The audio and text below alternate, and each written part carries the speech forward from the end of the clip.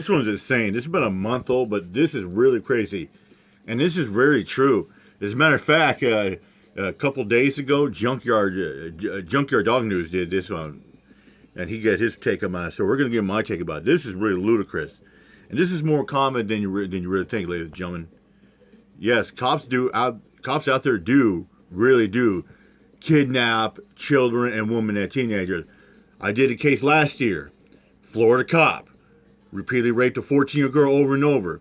A Tennessee cop raped many underagers, and neither of them got jail time. Neither has to register on the list.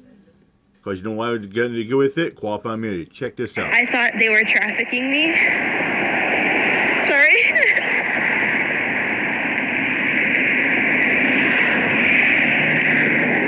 Haley Nahamko White still can't believe what happened earlier this week as she walked toward Londonderry Mall. I had an unmarked SUV come pull up to me, and they said that they were police, and I didn't see any logos or nothing. They didn't turn on their lights at all. The 17-year-old says the man told her if she ran, she'd be tased, and she panicked and took off. One of the men tackled her on the street. Her face shows the road rash. I didn't think they were real cops, and I thought they were lying. Well, that's the instinct it is. When you have the instinct of, you're facing life or death situation or bodily harm, the brain in your mind is going to kick in, fight or flight. And when you do a police officer, flight instinct is going to happen. That is exactly what happened to Tyree Nichols. He was into the flight mode. He wanted to get away from the danger and a threat like that. And this is what this girl did. The 17-year-old thought she was fighting for her life. Wrestled into cuffs and put in the back of the car, Haley found out the men were, in fact, police, and she wasn't their target.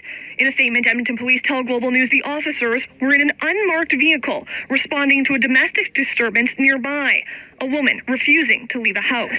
Officers thought Haley was their suspect. He said to me, he's like, "I'm so sorry, Haley. Like, we were looking for some very bad people that match your description." Lawyer Tom Engel says sorry doesn't cut it. It should have been obvious to the police officer that she was resisting the arrest because she was terrified. I mean, at least those cops admit to it. At least they'll own up and say, "I'm sorry." Most cops, they just give you the, "Oh, well, life goes on." Like, screw that.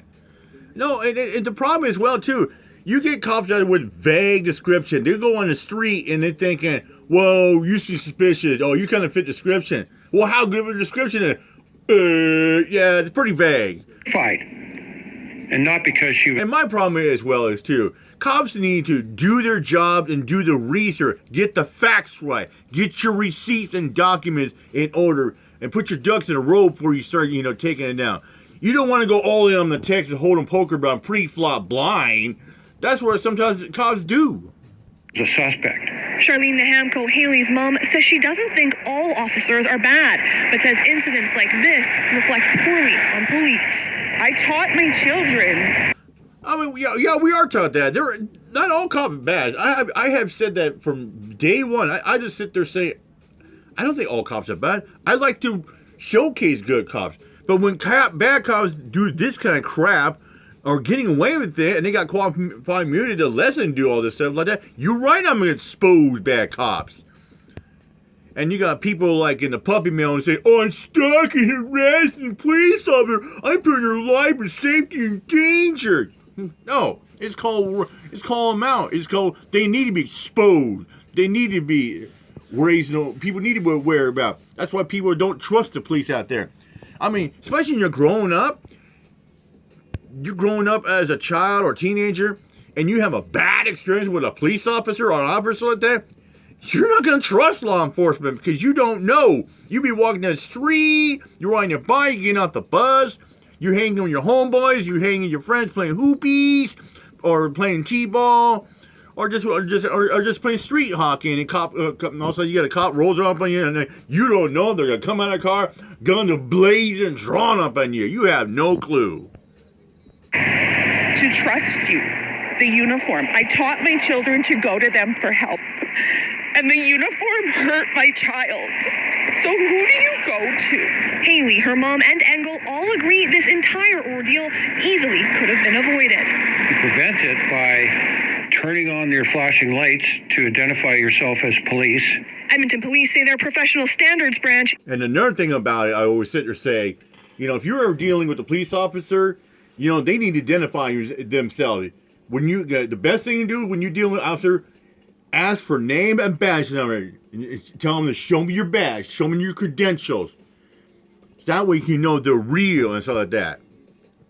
is investigating. I have such high respect. And you get stupid people like Kenny up and you're exposing frauds or takedown, thinking if you ask for name and badge number, you're a sovereign citizen, you're a fraud or bullshit.